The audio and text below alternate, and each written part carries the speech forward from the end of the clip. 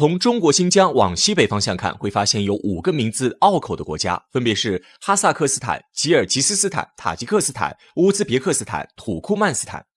这5国的知名度不算高，在国际的存在感也比较低，但从面积上来看都不算小国。最小的塔吉克斯坦大致与中国的辽宁省面积相当，最大的哈萨克斯坦是世界面积前10的大国。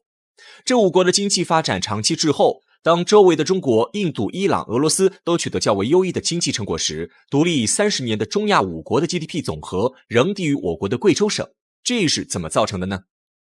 中亚5国地处欧亚大陆板块的最中心，每年从大西洋吹拂的暖流会从欧洲上岸，长途跋涉到达中亚时已经成强弩之末。当这股气流撞上中国最西端的帕米尔高原时，无力前进，缓缓地化作了最后一滴眼泪落了下去，形成了降水，组成了所谓伊犁河、卡拉特尔河、楚河等组成的7河流域，滋润着中亚人民。而也正是因为远离海洋，导致中亚降水量稀少，气候干燥，夏季温度会高达50摄氏度之上，冬季温度又能低至零下50摄氏度之下。大部分地区年降水量不足300毫米，植被稀少，土地荒漠化严重。随着近些年来全球变暖现象的加剧，中亚首当其冲成为了遭殃的地区。作为中亚冰川的天山山脉的降雪量急剧减少，每年损失了22亿立方米的水。受限于山地荒漠的地貌条件，中亚5国的交通线路并不发达，农业转运困难，难以形成贸易集镇，不利于经济发展。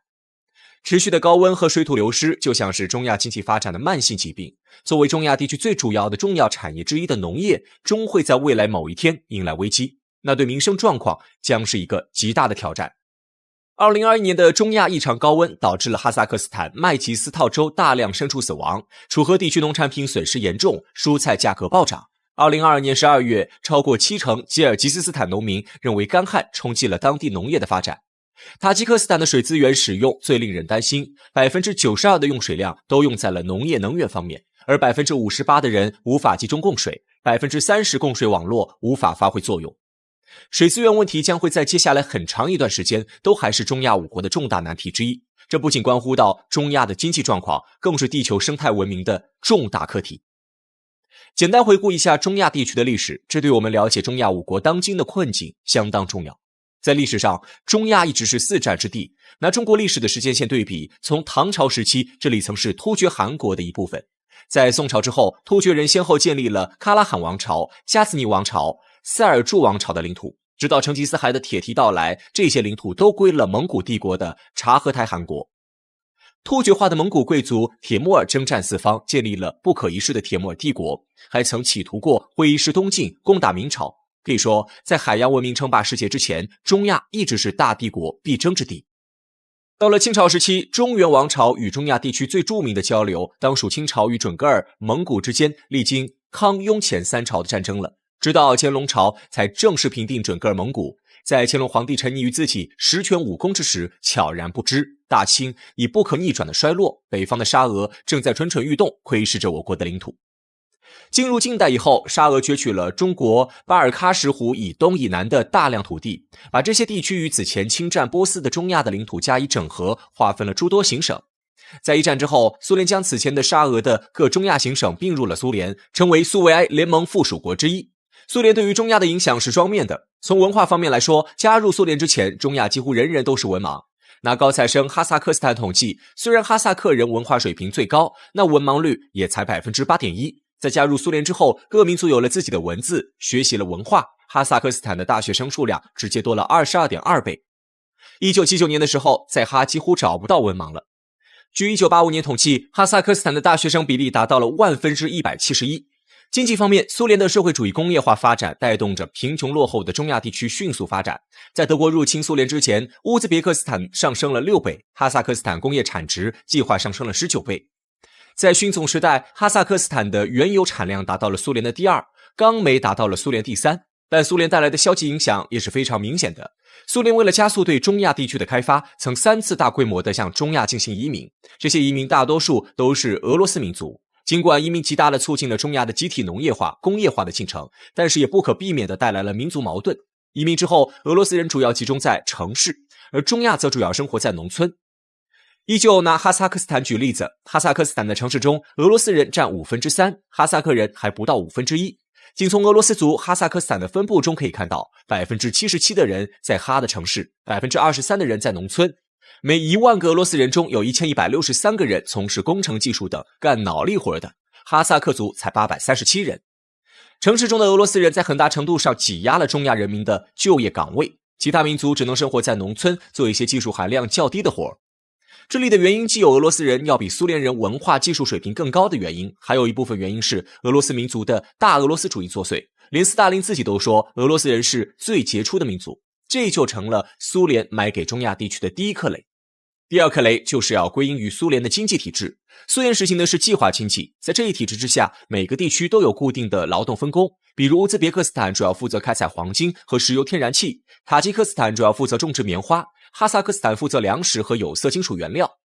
苏联中央则是支配着一切的大 boss， 负责整个苏联的物资调配。计划经济下，每个地区都是这个庞大系统中的一个链条，可忽然有一天，这个系统突然崩溃了。1991年，苏联解体给中亚各国造成了沉重的打击。苏联一解体，原本的供求关系链条一下子就脱节了。苏联模式下长期的有条不紊，让苏联工业缺乏竞争，产品很久没有更新换代，拿到国际上都没人要。既然走外贸这条路行不通，那该自己生产自己消费了。可苏联模式造成了各国发展出单一的经济结构和畸形的工业布局，非常依赖国家的宏观调控，结果就是中亚5国的工业消费品的 40% 至 70% 仍然依赖进口，自己想对产品进行深加工根本无能为力。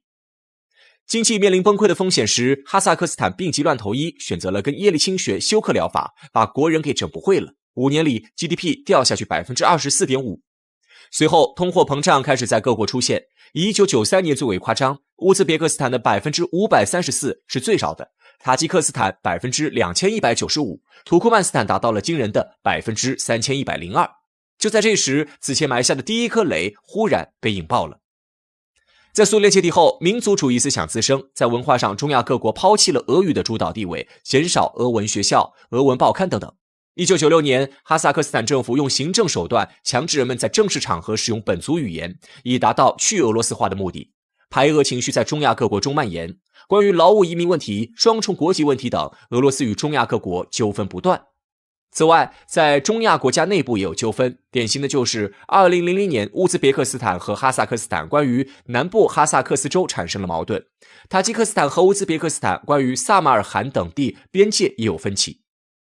此前大家都属于苏联的时候，大家都团结在同一个意识形态之下，省与省之间能闹什么地界纠纷？现在不一样了，现在是国与国之间了，什么事情都与国家利益有关系了。这时候来了个搅局的，有人想出来，拿出了一面旗帜，声称这面旗帜能解决各种中亚国际争端。这面旗帜上面写着泛突厥主义。此前提到过，在历史上，突厥人曾经在中亚地区建立起了强大的王朝，盛极一时。各国的突厥族数量依旧非常庞大，何不联起手来 Make Turkic Great Again？ 此话一出，土耳其总统厄扎尔第一个站出来表示支持，高呼使21世纪变成突厥人的事情。上一个说出类似的话的是吆喝着心腹大燕的慕容复。大燕都亡国600年了，还有人念念不忘。我奥斯曼帝国才亡国不到100年，我这旗号不至于没人响应吧？中亚各国想了想慕容复的下场之后，觉得还是算了吧。可一波未平一波又起，既然泛突厥主义行不通，那泛伊斯兰主义总可以吧？咱们5国可到处都是伊斯兰教徒，中亚各国头都大了，很快泛突厥、泛伊斯兰思想开始合流，在各国采取恐怖主义的行动。1991年12月，乌兹别克斯坦的纳曼干市闹起了暴动，提出建立一个大伊斯兰国家。1997年，还是在纳曼干，这些宗教极端主义又造成了3名警察遇难。1999年2月，乌兹别克斯坦首都塔什干连续6场爆炸事故发生。2000年，这些恐怖分子在塔吉克斯坦和俄罗斯边境跟俄军交了火。进入新世纪后，这些恐怖主义行径仍不断发生。还有一个不可忽视的问题摆在中亚各国面前，那就是人口问题。中亚地区受到了非常浓厚的宗教思想熏陶，对于堕胎、计划生育等问题非常保守，同时社会风气中也非常重视生育问题，因生育问题离婚的夫妇大有人在。中亚地区人口已在7450万以上，每年增长率为 1.66%， 其中以塔吉克斯坦人口增长最为迅猛。2001年时，塔国已经有640万人，20年后，即2021年时，则达到了975.1万人，人口增长率基本在 2% 以上。中亚人口的发展仍保持着较大的潜力，平均年龄 27.6 岁，也就是说，以后人口会越来越多。中亚地区越穷越生，越生越穷，本来水资源就不够分的，人口过剩危机会让水资源分配更加贫乏，粮食供应更加跟不上。越是穷国，越缺乏工作岗位。如2022年12月，塔吉克斯坦的失业率达到了 2.8%， 而哈萨克斯坦的失业率已经达到了惊人的 4.8%。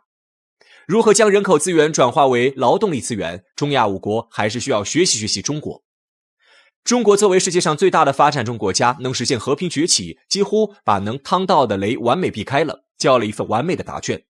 中亚5国不缺资源，铜矿、铁矿、石油、天然气等等不可谓不丰富。只要你中亚愿意跟中国建立平等的贸易关系，中国可以帮你修基建、搞投资，且是毫不插手任何国际内政的前提下。2020年，中国外交部对中国加中亚5国的战略伙伴关系达成了9项共识。中国不仅尊重各国国情发展合作，还表达了共同打击3股势力，分别是极端的宗教势力、民族分裂势力、恐怖主义势力的决心。中国也将坚持与中亚5国发展和平友好的外交关系。中国发展的巨大成功为中亚5国实现现代化、实现脱贫提供了中国方案，也极大地提升了发展中国家自立自强的信心。我们期待中亚5国能尽早摆脱贫困，和平稳定。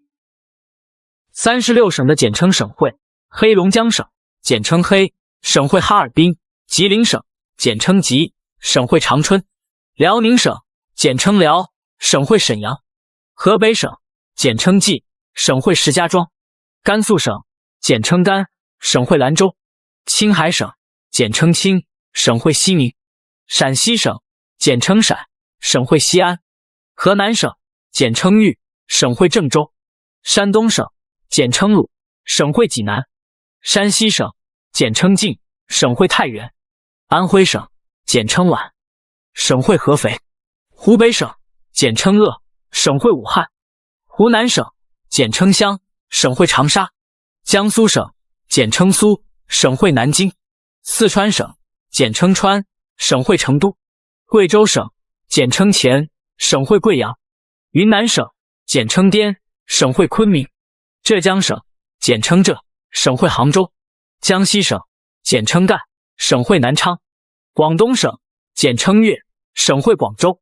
福建省，简称闽；省会福州；台湾省，简称台；省会台北；海南省，简称琼；省会海口；新疆，简称新；省会乌鲁木齐；内蒙古，简称蒙；省会呼和浩特；宁夏，简称宁；省会银川；广西省，简称贵；省会南宁；西藏，简称藏；省会拉萨；北京市，简称京；省会北京；上海市，简称沪；省会上海；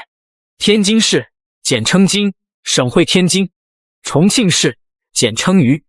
省会重庆；香港，简称港；省会香港；澳门，简称澳；省会澳门。你们都是哪里的呢？